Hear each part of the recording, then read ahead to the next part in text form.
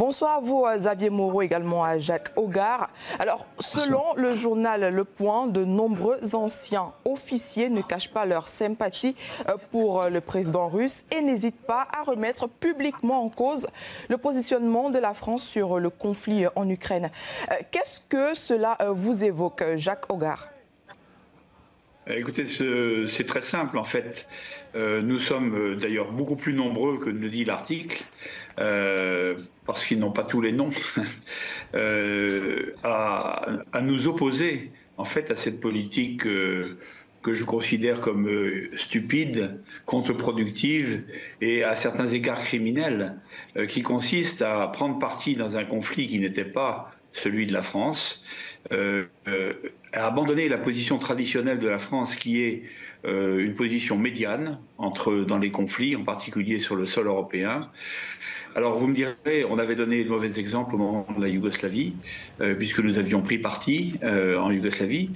Mais moi, ce que j'observe dans cet article, il est cité en fin d'article, c'est que les quelques noms que vous avez cités tout à l'heure sont ceux d'officiers qui ont été détectés, si je puis dire, par un vice-amiral à la retraite, l'amiral Patrick Chevalleroux, qui est un officier formé à l'OTAN, qui est diplômé du NATO Defense College et qui a fait toute sa carrière quasiment à l'OTAN, qui est un officier, je dirais, de salon, et pas beaucoup opérationnel, pratiquement pas, et qui surtout a épousé en deuxième noces en mai 2012, une américaine qui s'appelle Lori Dandon, qui est aujourd'hui en France et qui est une émanation en fait du State Department, du département d'État américain, où elle a occupé de nombreuses fonctions et en particulier à une époque celle de conseillère de l'envoyé spécial du président et du secrétaire d'État des États-Unis d'Amérique pour les Balkans. Donc suivez mon regard, elle enseigne aujourd'hui à Paris, à l'IRIS, les nouveaux outils de politique étrangère et de défense, et notamment, je cite, les régimes de sanctions, les cyber-outils et les drones.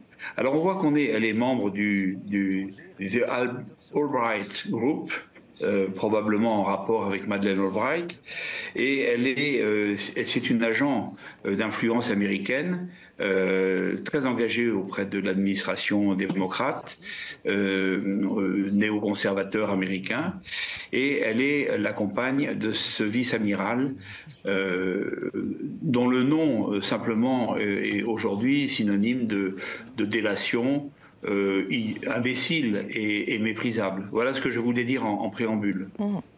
Alors, Xavier Moreau, à présent, je vous donne la parole. Quel est votre avis sur cette question ? Je pense que alors mon cas est un peu spécifique puisque moi je suis citoyen russe. En plus j'ai 5 enfants dont 4 garçons donc qui feront leur service militaire en Russie donc qui pourraient être engagés dans un conflit. Donc évidemment que tout ce qui se passe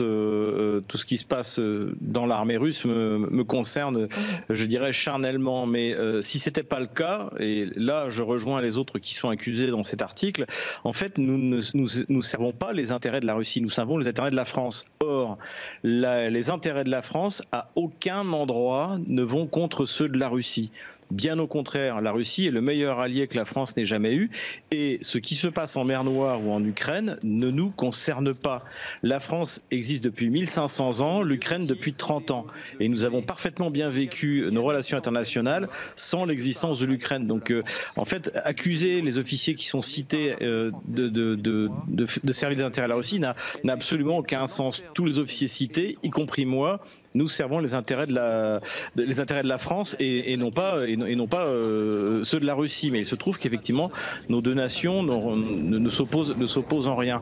Et je voudrais quand même revenir aussi un peu sur l'amateurisme de l'article parce que j'ai vu que le général Puga, qui était le chef d'état-major de Nicolas Sarkozy, fait aussi partie de ceux qui sont accusés d'être quasiment des agents du Kremlin. Mais le général Puga est un atlantiste fanatique. Il n'a jamais été du côté de la Russie. Et simplement simplement, en fait, ils ne savent plus quoi faire parce qu'il y a une véritable inquiétude qui finalement concerne moins ces officiers qui ont quitté l'armée que ceux qui y sont encore dans l'armée. Et la réalité, c'est qu'à mon avis, de ce que j'entends, des échanges que j'ai, je pense que dans l'armée de terre, il y a 80 à 85% des officiers français qui savent que la Russie est notre grand allié. Voilà. C'est pas le cas dans la marine, c'est encore moins le cas dans l'armée de l'air, mais la réalité, c'est qu'il y a une russophilie au sein des cadres de l'armée russe, de l'armée française, et que cette russophilie inquiète le régime d'Emmanuel Macron. Voilà. Et c'est ça. Et évidemment, alors cette russophilie doit être cachée parce que je pense que le colonel Hogar pourra le confirmer, lui qui a courageusement défendu les Serbes dans les années 90. Mais moi, j'ai servi, j'étais jeune lieutenant à l'époque. Alors, je suis pas allé en ex-Yougoslavie, mais si la plupart des officiers de l'armée française étaient pro-serbes, mais si jamais ils l'affichaient, leur carrière s'arrêtait là. Donc aujourd'hui, on est exactement dans la même situation, c'est-à-dire que si jamais vous défendez les intérêts de la France, qui sont proches des intérêts de la Russie, qui sont proches des intérêts de la Serbie à l'époque, eh bien, c'est la fin de votre carrière. Donc effectivement, ceux qui peuvent parler, c'est ceux qui sont partis. Et c'est ça ne plaît pas au régime d'Emmanuel Macron, je le comprends bien. Alors justement, Jacques Hogar, ne pensez-vous pas qu'il y a un décalage en France entre l'opinion publique et l'élite politique concernant les relations entre Paris et Moscou? Si, vous avez raison. Alors d'abord, je souscris à tout ce que vient de dire Xavier Moreau, sur en particulier l'état d'esprit des officiers, des sous-officiers, des militaires du rang dans l'armée de terre française, qui est loin d'être celle que décrit notre ministre Sébastien Lecornu, qui, à mon avis, est hors sol. Il est ailleurs. Et c'est pour rejoindre votre question à l'instant, je pense qu'il y a un énorme décalage, en fait, entre les dirigeants actuels du pays, qui, je pense, sont soutenus par un Français sur quatre, et la réalité de la population française et de l'opinion française en général.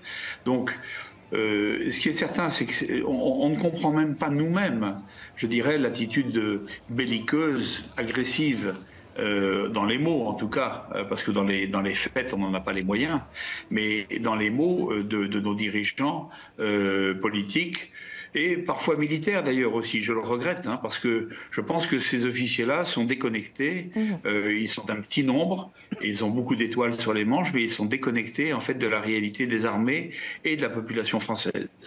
Alors Xavier Moreau, pour revenir à la russophilie que vous avez évoquée, peut-on affirmer que la manifestation de sympathie à l'égard de la Russie dans l'Europe moderne, en particulier en France, est réprimée par la classe politique ? Je pense on tente de l'invisibiliser. Si vous voulez, le problème aussi, c'est que moi, c'est ce que j'observe dans l'armée française, c'est-à-dire que le grand avantage des officiers de l'armée de terre, notamment qui passent par Saint-Cyr ou par le MIA, c'est que la formation passe par une étude de l'histoire, des études stratégiques. Alors que, par exemple, si vous regardez dans la marine ou dans l'armée de l'air, c'est beaucoup plus orienté vers des ingénieurs. Et pour développer une conscience politique, eh bien, il faut connaître l'histoire. Et c'est pour ça qu'aujourd'hui, je dirais le principal pôle de résistance à l'intérieur de l'armée ou chez ces militaires qui ont quitté l'armée et qui ont maintenant la possibilité de sortir du droit de réserve et dire ce qu'ils pensent, eh bien, se trouve essentiellement dans l'armée de terre, précisément parce que il y a une profondeur historique, il y a une connaissance de ce qu'est la Russie, qui est également nous sommes deux grandes nations millénaires, donc nous pouvons comparer nos histoires. Nous avons de grands moments de coopération ensemble pendant la guerre de 7 ans, pendant la Première Guerre mondiale, pendant la Seconde. À chaque fois qu'on a eu de grands chefs d'État, eh bien, là, ils n'ont eu de cesse que de vouloir se rapprocher de la Russie, y compris Napoléon, qui voulait absolument obtenir de nouveau un accord avec la Russie. Donc tout ça suppose en fait finalement une connaissance historique qui, à mon avis, et c'est aussi une explication, fait défaut à la classe politique contemporaine. On a très bien vu à plusieurs reprises des sorties prétendument historiques ou culturelles d'Emmanuel Macron qui tombaient complètement à côté sur Solzhenitsyn, sur Dostoïevski. À la rencontre de Brégançon, il expliquait que c'était des auteurs libéraux, donc visiblement il n'y connaissait absolument rien. Et je pense que cette ignorance globale de l'histoire de France comme de l'histoire de la Russie explique qu'il y a ce décalage entre les officiers français bien formés, connaissant parfaitement leur histoire et celle de la Russie, et finalement une classe superficielle de demi-habiles, comme disait Pascal, qui aujourd'hui dirige la France et qui domine dans tous les grands partis qui occupent le Parlement français.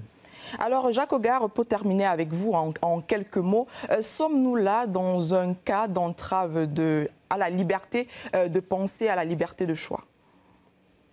Alors moi, je le crois. Je pense qu'il y a une espèce de dérive au départ autoritariste et maintenant peut-être totalitaire. Moi, je pense que la démocratie et la libre expression est en danger aujourd'hui en Europe de l'Ouest et en Europe d'ailleurs de manière générale, comme on vient de le voir en Roumanie par exemple, ou comme on le voit en République serbe de Bosnie, comme on le voit dans d'autres endroits, mais également en France, parce que des pressions sont faites pour que les gens libres, entre guillemets, se taisent.